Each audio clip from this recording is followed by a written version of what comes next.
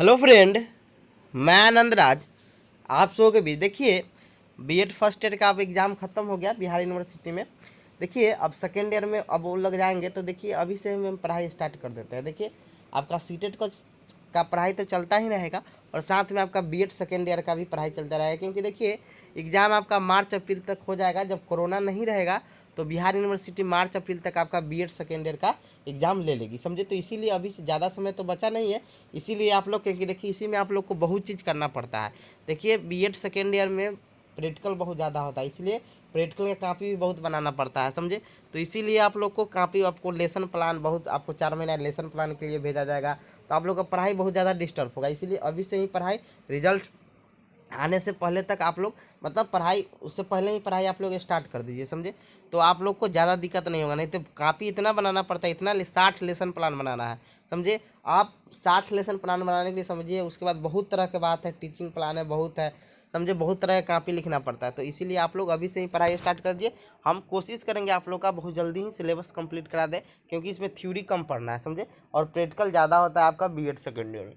और हम कोशिश करेंगे आप लोग का कि देखिए बीएड सेकेंड ईयर में आपका 85% तक नंबर आता है, क्योंकि प्रैक्टिकल आपका 370 नंबर का होता है, समझा। कॉलेज भी अच्छा नंबर देती है, तो आप लोग का 85% तक नंबर रहेगा। खाली आप अच्छा से, मतलब लिख के आइएगा, पढ़िएगा अच्छा, तो लिख के तो आराम से अच्छा आइएगा। और जिनका 85% आ गया, समझ रहे हैं, तो उनका 80% भी फर्स्ट ईयर में है, तो 83-84% आराम से हो जाएगा, समझे। तो जिनका 75 है उनका 80 हो जाएगा। तो ये सब चीज़ के बारे में हम बाद में बताएंगे, लेकिन आज जो हम चीज़ लेके आए उसके बारे में बताते हैं। देखिए हम कोर्स 9, सॉरी, जो आपका कोर्स 8 है, नॉलेज एंड करिकुलम, यानी ज्ञान और पाठ्यक्रम, उसमें आपको 5 यूनिट पढ़ना है, यानी 80 नंबर का पेपर है, 5 यूनिट पढ़ना है, जिसमें यूनिट 1, 2 आपका ज्ञान से रिलेटेड रहेगा, और यूनिट 3, 4, 5 आपका पाठ्यक्रम से रिलेटेड रहेगा, समझे। तो आपका कोई भी क्वेश्चन आएगा ना, तो आपको ज्ञान के बारे में जानकारी होना ही चाहिए यूनिट 1, 2 में, समझे।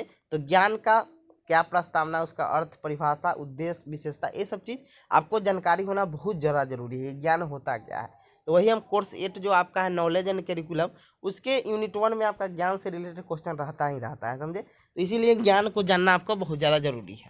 तो ये क्वेश्चन है यहाँ पर, ज्ञान से आप क्या समझते हैं, समझे। तो देखिए सिंपल भाषा में ज्ञान होता क्या है। देखिए देखिए कोई भी समस्या का हम समाधान करते हैं ना, वहाँ पर ज्ञान हमको बहुत ज़्यादा मदद करता है। देखिए सिंपल, मान लीजिए कोई अनपढ़ व्यक्ति है और कोई मतलब पढ़ा लिखा व्यक्ति है, तो कोई समस्या को जल्दी मतलब ख़त्म कर देगा। देखिए अनुभव भी बहुत ज़्यादा जरूरी होता है, ज्ञान के लिए अनुभव का होना बहुत बड़ा जरूरी है। तो अनुभव जिसको ज़्यादा रहता है वो ज्ञान को जल्दी मतलब प्राप्त कर लेते हैं। तो देखिए, तो ज्ञान जो होता है कोई भी समस्या के समाधान में बहुत ज़्यादा योगदान देता है। और ज्ञान ही क्या है कि देखिए कोई भी जो शिक्षा प्रणाली है, जो शिक्षा प्रदान करते हैं, तो उसमें शिक्षा का क्या सबसे प्रमुख उद्देश्य है, ज्ञान प्रदान करना, कि कोई बच्चा में ज्ञान हो जाए, यानी नॉलेज हो जाए। तो वही यहाँ पर लिखा है इंट्रोडक्शन में कि हम जानते हैं कि शिक्षा का सबसे प्रमुख उद्देश्य क्या है, ज्ञान प्रदान करना है। शिक्षा का सबसे प्रमुख उद्देश्य क्या है, जब ज्ञान प्रदान होगा तो बच्चा का अपने सर्वांगीण विकास हो जाएगा, समझे, वो अपने सब चीज़ करने लगेगा। देखिए ज्ञान जो होता है ना, वो पैसा की तरह होता है, समझे। आदमी को जितना मिलेगा उसको कम ही लगेगा, समझे। जिसको अब मान लीजिए पैसा, जिसको 100 रुपया आता है, सोचा है कि 200 का है नहीं, जिसको 200 है उसको लगता है कि 400 का है नहीं है मेरे पास, जिसके पास 1000 कहता है मेरे पास 2000 क्यों नहीं है, समझ रहे हैं ना। तो वही चीज़ है कि जो जो ज्ञान होता है ना, पैसा की तरह होता है। किसी आदमी को जितना मिलेगा उसमें उतना संतुष्ट कबो नहीं होगा, कहेगा और मेरे पास होना चाहिए। तो वही कह रहा है कि हम जानते हैं कि शिक्षा का सबसे प्रमुख उद्देश्य ज्ञान प्रदान करना है। ज्ञान ही वह बौद्धिक अनुभव है जो ज्ञानेंद्रियों द्वारा प्राप्त किया जाता है। देखिए ज्ञानेंद्रिय, सेंस ऑर्गन कौन कौन होता है आप लोग जानते होंगे, आँख, कान, नाक, त्वचा और जीभ, ये आपका क्या होता है, सेंस ऑर्गन होता है। तो वही चीज़ कह रहा है कि ज्ञान ज्ञान ही वह बौद्धिक अनुभव है जो ज्ञानेंद्रियों द्वारा प्राप्त होता है, यानी सेंस ऑर्गन 5 है, उसी के द्वारा हम ना ज्ञान देख कर, सुनकर, मतलब ये सब सुनकर, ये सब चीज़ से प्राप्त करते हैं। हम ये भी जानते हैं कि इस पृथ्वी पर मनुष्य ही एकमात्र प्राणी है जो विचार, चिंतन, मनन, मंथन एवं अनुभव प्राप्त करने में समर्थ है, और इन्हीं मानसिक क्रियाओं के आधार पर मनुष्य नए तथ्यों से अवगत होता है और ज्ञान प्राप्त करता है। यानी कहने का मतलब है कि इस पृथ्वी पर एकमात्र प्राणी कौन है, मनुष्य है, जो चिंतन, मनन, ये सब चीज़ करता है और नए तत्वों यानी नए फैक्ट से क्या होता है, अवगत होता है, और क्या करता है कि ज्ञान प्राप्त करता है, यानी ज्ञान का निर्माण करता है। समझ रहे हैं ना, यानी चिंतन मनन करेगा, कुछ ना कुछ मिलेगा, उससे क्या होगा, उसको ज्ञान की प्राप्ति होगा। यानी मान लीजिए आप ही फ़ोन बार बार चलाइएगा तो कुछ ना कुछ सीखिएगा ना फ़ोन के बारे में, यानी आपको ज्ञान की प्राप्ति हुआ, यानी चिंतन कर रहे हैं उस पर। फिर लिखा है हम ये भी जानते हैं कि ज्ञान ही समस्त शिक्षा का आधार होता है, अर्थात जितने भी शिक्षा प्रणाली है उसका आधार क्या है, ज्ञान है। यानी कह रहा है कि हम ये जानते हैं कि शिक्षा का मतलब ज्ञान ही समस्त शिक्षा का क्या है, आधार होता है, अर्थात जितने भी शिक्षा प्रणाली है उसका आधार कौन है, ज्ञान ही है। फिर लिखा है ज्ञान धन की तरह है, जितना एक मनुष्य को प्राप्त होता है वह उतना ही पाने की इच्छा करता है। यानी कह रहा है कि ज्ञान क्या होता है, धन की तरह है, जितना एक मनुष्य को प्राप्त होता है वह उतना ही पाने की इच्छा करता है। अब देखते हैं ज्ञान का अर्थ एवं परिभाषा। लिखा है meaning and definition of knowledge.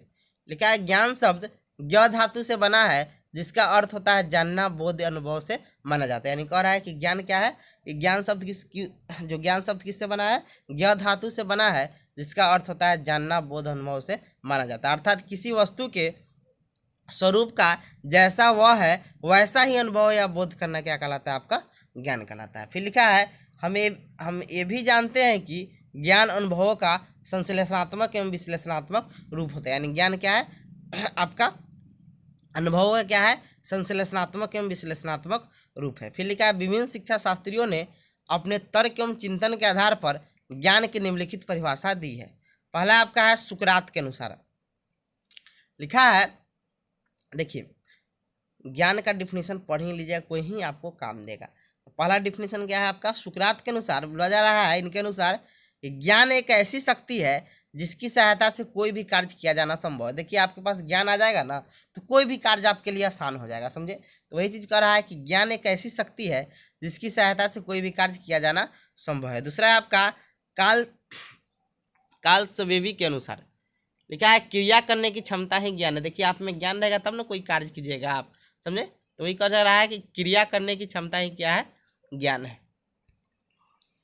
तीसरा डिफिनीशन आपका है भारतीय दार्शनिक के अनुसार। लिखा हुआ है ज्ञान वह है जो मनुष्य को सर्वांगीण विकास करता है तथा उसके लिए मुक्ति का मार्ग प्रस्तुत करता है। देखिए मुक्ति यानी आपको अति से अंधविश्वास से, आपको मतलब कोई भी चीज़ से, आपको कोई भी चीज़ से मुक्ति का मार्ग प्रस्तुत करता है। यानी कह रहा है भारतीय दार्शनिक के अनुसार कि ज्ञान वह है जो मनुष्य को सर्वांगीण विकास करता है तथा उसके लिए मुक्ति का मार्ग प्रस्तुत करता है। तीसरा अगला डिफिनीशन है प्लेटो के अनुसार।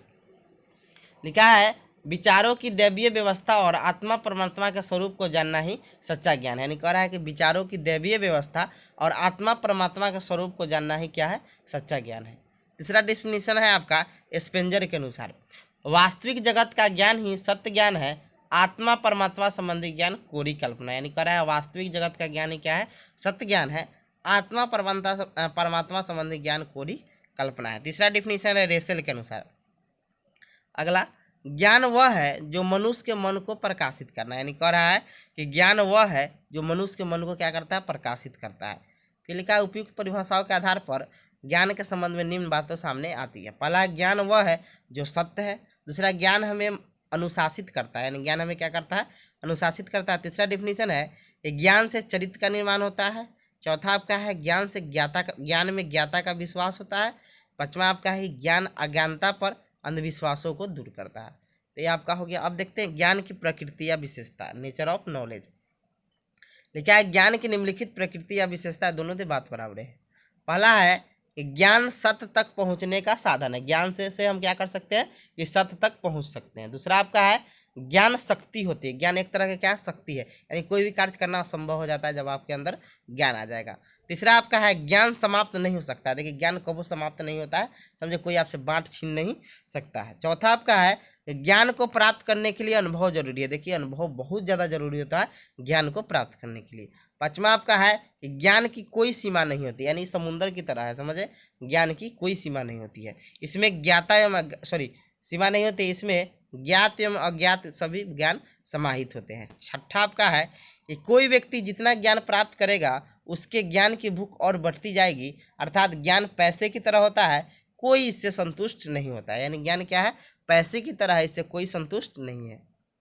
सतमा आपका है कि ज्ञान तीन तत्वों पर आधारित है, सत्यता, साक्ष्य और विचार। यानी कह रहा है ज्ञान 3 तथ्यों पर आधारित है, सत्यता, साक्ष्य और विचार। सत्यता का ही नाम ज्ञान है, यानी कह रहा है सत्यता का नाम ही क्या है, ज्ञान है। अगला पॉइंट फिर लिखा है ज्ञान का स्रोत सूचना है। ज्ञान का स्रोत कौन है, सूचना है। फिर अगला है ज्ञान निरंतर बढ़ता रहता है, अर्थात ज्ञान निरंतर गतिशील है। फिर आपका अगला है कि ज्ञान बहुआयामी होता है, जिसमें चिंतन, अध्ययन एवं अनुसंधान के द्वारा नवीन ज्ञान का उत्पत्ति निरंतर होते रहता है। अब देखते हैं ज्ञान के उद्देश्य यानी ऑब्जेक्टिव्स ऑफ नॉलेज। देखिए ज्ञान के निम्नलिखित उद्देश्य है। पहला है समस्याओं के समाधान के रूप में। देखिए ज्ञान आप में रहेगा तो कोई भी समस्या का आप समाधान कर लीजिएगा। यानी कह रहा हम जानते हैं कि ज्ञान जीवन से संबंधित समस्याओं के समाधान के लिए युक्ति प्रदान करता है।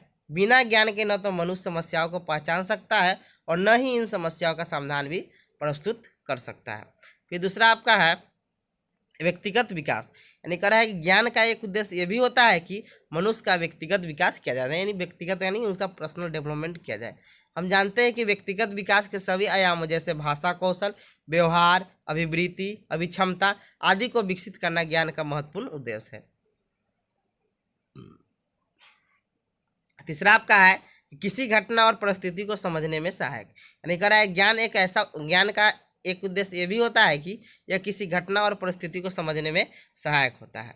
फिर चौथा आपका है कि सूचनाओं को निश्चित आकार देना। यानी कह रहा है ज्ञान का महत्वपूर्ण उद्देश्य यह भी है कि सूचनाओं को एक निश्चित रूप दिया जाए, क्योंकि हम जानते हैं कि सूचनाएं यहाँ वहाँ बिखरी होती है, अतः ज्ञान ही इन बिखरी सूचनाओं को सही एवं निश्चित रूप प्रदान करता है। फिर आपका अगला है कि किसी घटना का व्याख्या करना। और हम जानते हैं कि ज्ञान कोई घटना का व्याख्या करता है। ज्ञान के ही माध्यम से कोई भी जटिलता की व्याख्या की जाती है, यानी कोई भी आपका अति मतलब कॉम्प्लेक्स चीज़ है मतलब उसको आसान कर देता है कौन, आपका कठिन चीज़ है उसको व्याख्या करके आसान कर देता है कौन, आपका ज्ञान। यानी टीचर तो आप जाइए कोई समस्या लेकर देखते उसको शॉर्ट कर देते हैं, आपको समझ आ जाता है। फिर आपका पाँचवा है उपयुक्त क्षमता का विकास करना। नहीं कह रहा है किसी भी क्रिया को उचित ढंग से क्रियान्वयन के लिए उपयुक्त क्षमता का विकास करना ही ज्ञान का एक उद्देश्य होता है। फिर छठा आपका मानसिक क्षमता का विकास। यानी कह रहा है ज्ञान हमारे मस्तिष्क के सामने ऐसी परिस्थिति उत्पन्न करती है जिससे हमारी बुद्धि की सहायता से मानसिक क्षमताओं जैसे तर्क, विश्लेषण, चिंतन आदि विकास होता है। फिर आपका लास्ट है समाज का विकास। यानी समाज का समुचित विकास ज्ञान का प्रमुख उद्देश्य है। अब देखते हैं निष्कर्ष कंक्लूजन कि उपरोक्त विवरण से स्पष्ट होता है कि ज्ञान धन की तरह होता है, जितना मनुष्य को प्राप्त होता है वो उतना ही ज़्यादा पाने की इच्छा करता है। वर्तमान समय में ज्ञान का महत्व बढ़ गया है, क्योंकि वर्तमान समय में बाल केंद्रित शिक्षा प्रणाली होने के कारण शिक्षा का मुख्य आधार अब ज्ञान ही हो गया है। देखिए अब तक ज्ञान के बारे में हो गया, अब ज्ञान का क्या स्रोत है, क्या महत्व है, ये सब चीज़ का भी एक और पार्ट 2 वीडियो आएगा, समझे। तो ये आपका पार्ट 1 वीडियो था ज्ञान का। देखिए आप लोग को एकदम पूरा एकदम विस्तृत अच्छी चीज़ पढ़ाएंगे, समझे। कोई भी टॉपिक नहीं छोड़ेंगे, जितना टॉपिक आपको पढ़ना है सभी टॉपिक पढ़ाएंगे, जिससे आपको कहीं से क्वेश्चन पूछे एग्जाम में आप सब आराम से लिख सकते हैं, समझे। Thank you.